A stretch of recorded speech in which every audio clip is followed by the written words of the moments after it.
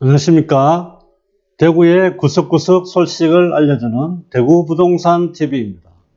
오늘은 조심스럽게 부동산 시장 전망을 해보겠습니다. 현재 국내외 사항을 한번 짚어보겠습니다. 전 세계적으로 불안감과 공포감이 확산되고 있습니다. 그나마 다행인 것은 국내는 확진자보다 격리 해제자가 늘어나는 부분은 고무적인 현상이라고 할 수 있을 것 같습니다. 해외 부분에서는 이제 시작인 것 같습니다. 국제 경제 위기 상황입니다. 수출 의존도가 높은 우리나라 입장에서는 굉장히 힘들지 않겠나 그렇게 생각을 합니다.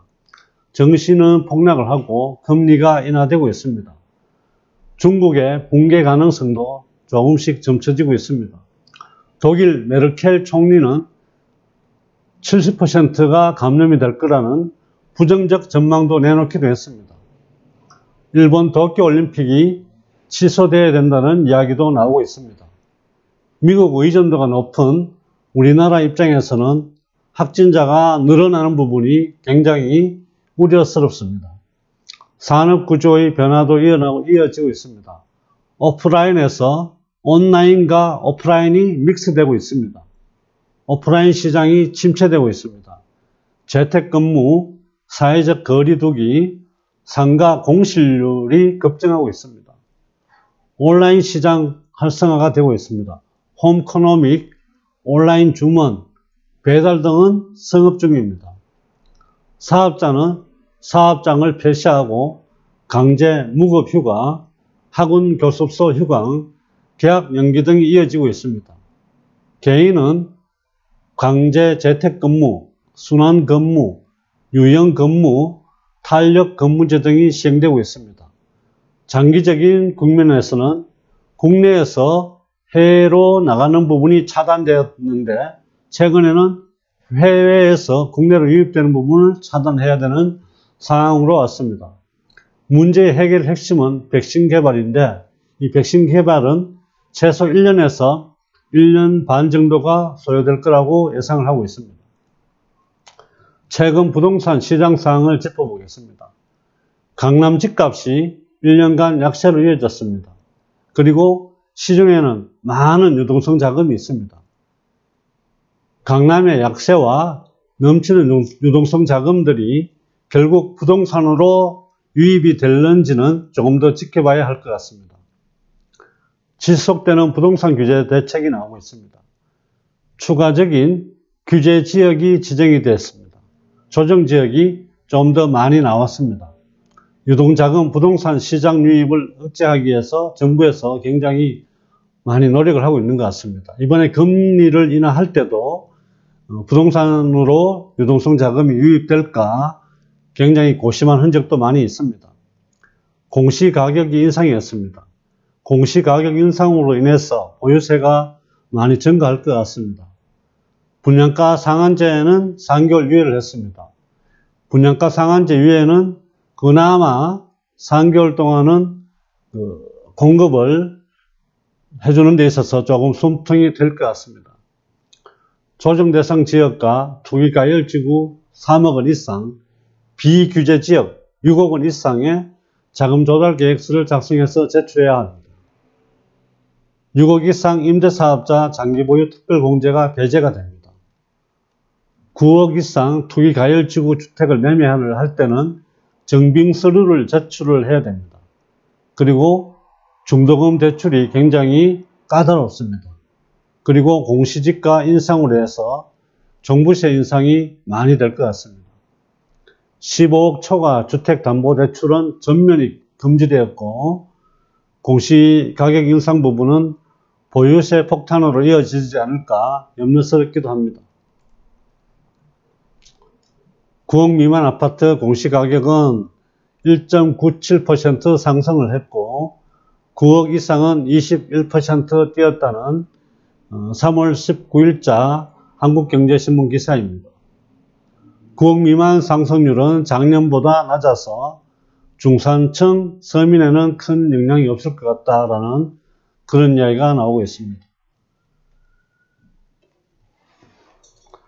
고가주택은 공시가를 현실화해서 30억 넘는 아파트는 28% 급등을 했습니다. 15억에서 30억 원 주택도 26% 껑충 뛰었다는 그런 기사입니다. 3월 19일자 목요일 한국경제 기사에 보시면 님은 때 처방 뛰어넘었다라는 이야기가 나옵니다. 최근 부동산 시장 상황은 현재 분위기는 매도와 매수가 많이 줄었습니다. 실수요자 위주의 거래는 진행되고 있습니다. 2월 말부터 풍선 효과가 사라지나라는 내용도 유튜브에 부동산 관련 조회수가 많이 줄었습니다. 이걸 통해서 부동산에 대한 관심이 많이 지금 현재는 줄어들지 않느냐 그렇게 조심스럽게 진단을 해보게 됩니다. 참고로 2008년 미국의 금융위기에 대해서 한번 살펴보겠습니다. 2008년에 미국의 금융위기와 세계 경제라는 네이버 기사에서 내용을 짚어보면 집을 사고 싶어도 그 대출을 받아야 되겠죠. 돈이 부족한 경우에는.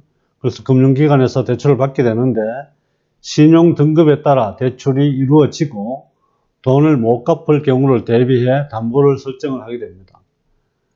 대출을 해줄 때는 갚을 능력이 있는지 자세히 심사를 해야 됩니다. 미국의 많은 금융기관들이 집을 담보로 신용 등급이 낮은 사람에게도 대출을 많이 해주었습니다. 결국 미국 주택담보대출 시장에서 신용이 낮은 등급이 차지하는 비중이 급상승했습니다. 그러면서 급상승하던 집값이 떨어져 집을 팔아도 대출금을 갚을 수가 없게 되었습니다. 게다가 국가에서 금리를 대폭 올리는 바람에 저소득층의 이자 부담이 굉장히 커졌습니다. 결국 대출을 받은 사람들은 은행이나 대출회사에서 빌린 돈을 제때 갚지 못하게 되었고 그로 인해 그동안 많은 돈을 대출해 주었던 여러 은행과 대출회사들은 부도가 나게 되었습니다. 이러한 회사와 은행에 투자를 했던 세계 여러 회사나 은행들도 연쇄적으로 붕괴하게 되었습니다. 금융시장은 불안해졌고 2008년에 세계적인 금융위기가 시작이 되었습니다. 일부 나라는 경제 상황이 급변하면서 국제통화기금에 도움을 요청하기도 했습니다. 금융위기는 우리나라에도 영향을 미쳐 수출이 감소하고 경제 성장률이 낮아졌습니다. 또한 기업들은 수입이 줄어들자 투자도 줄였으며 실업자의 수도 늘어났습니다. 그뿐이 아니라 가정에서도 경제 상황이 어려워졌기 때문에 소비가 줄어들었고 경제는 더욱 침체되었습니다. 이처럼 전 세계가 경제적으로 상호 의존하다 보니 한 나라의 경제적 어려움이 다른 나라까지 영향을 주고 있습니다. 2008년 금융위기로 인해서 경제 불황이 이어졌고 금리 인하가 7.8%에서 3%로 인하되었습니다. 우리나라 상황입니다. 부동산으로 돈이 몰리는 데 시간이 소요되었습니다. 2008년 9월에 발생했던 금융위기가 2008년 11월에 영향을 받고 2009년에서 2012년이 시장 빙하기였습니다. 2013년에 부동산 시장으로 자금이 유입이 되었습니다. 2020년 코코 사태는 경제 불황에 금리 인하가 이어졌습니다. 이때는 7.8%에서 3% 인하를 했었는데 현재는 2%에서 0.75%입니다. 금리 추가 인하 가능성은 거의 없어 보입니다. 경기 침체는 상가 공실률 급증과 경매 물건이 증가하는 쪽으로 흐름이 이어집니다. 예상되는 부동산 시나리오입니다. 부동산 시장 장기 침체 가능성이 조금씩 점쳐지고 있습니다.